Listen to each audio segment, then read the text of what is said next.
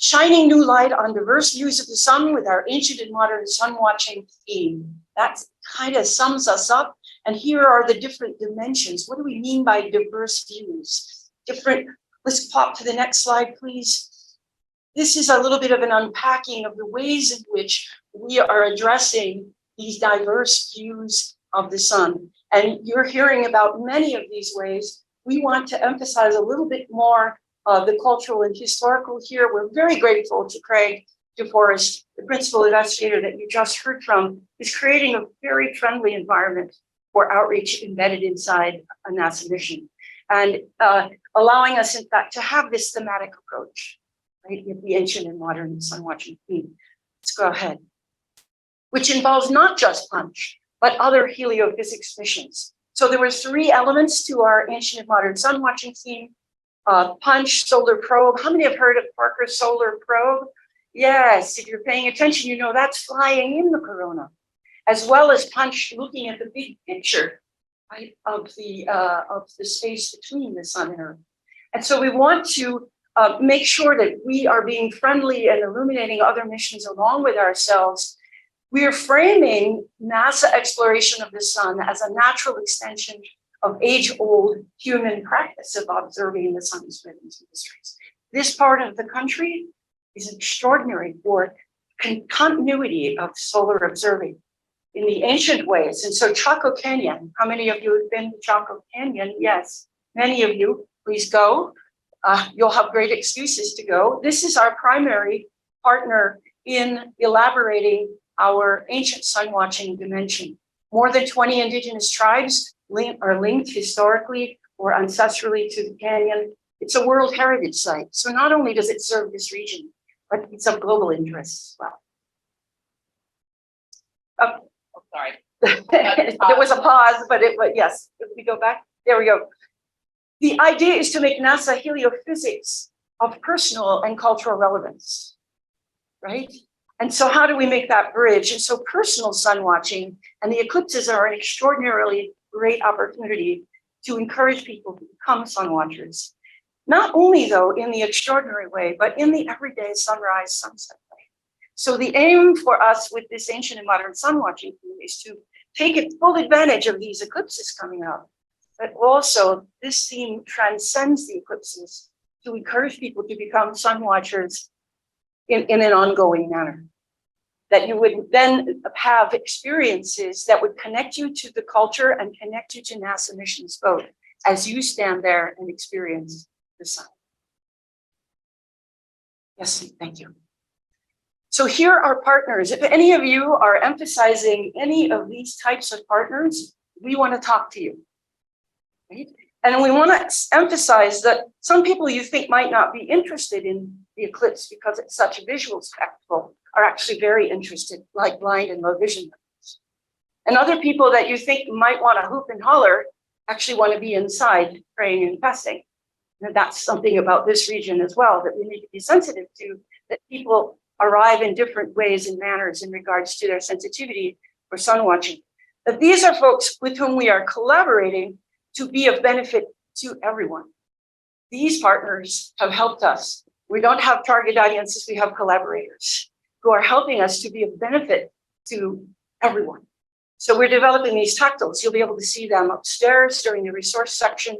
We're focused on girls in STEM, and we have an ancient and modern sun watching patch, which again will transcend the eclipses.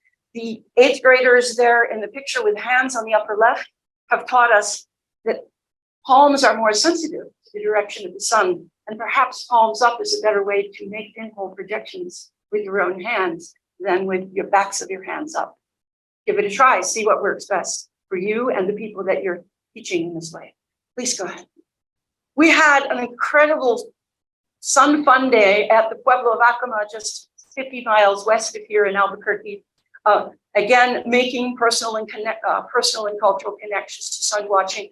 I'd like to introduce, these are family members of our primary Acoma Pueblo partner, which is Mr. Joe Aragon.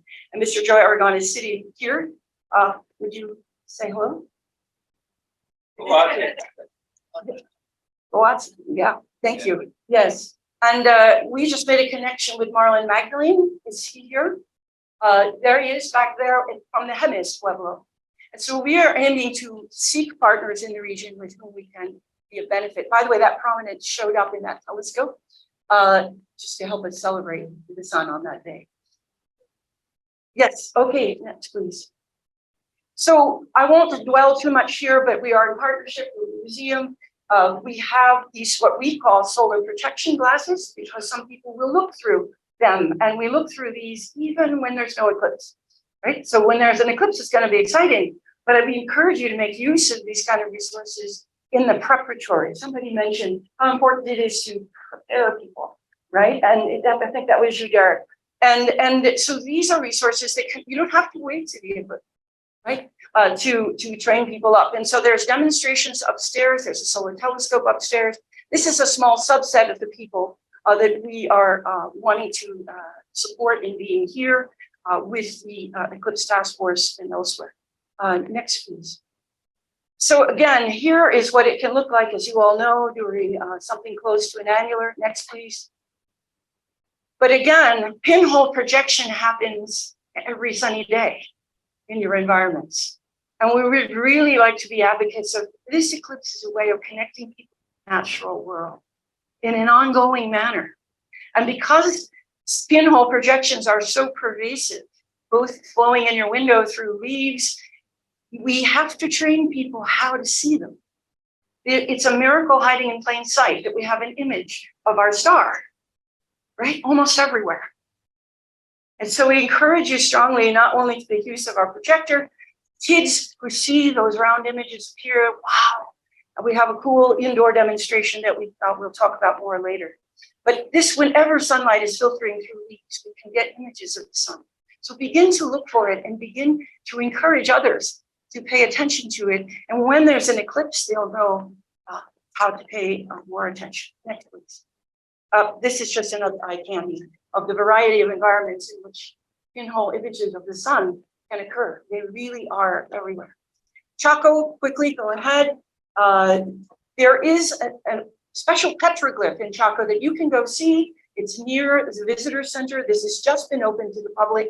There's a ramp that goes up where you can see that petroglyph, which is very peculiar, but for lots of reasons may be interpreted plausibly as a representation of the 1097 total solar eclipse during a time of high solar activity. And so we'll say more about that in later sessions. I want to draw your attention to this 3D print of that petroglyph based on high resolution photography. And so you can get your own hands on this as well as the thermoform slides. To close up, that pecking up in the left may be Venus. It was off in that direction from the start. Next, please.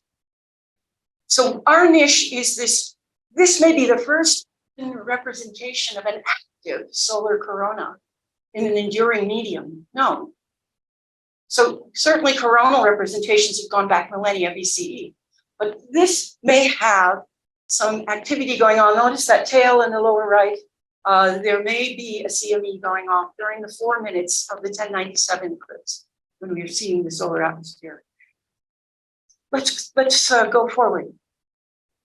There's a more close-up. We're testing the innie versus outie version of the eclipse petroglyph with a learner from the Colorado Center for the Blind.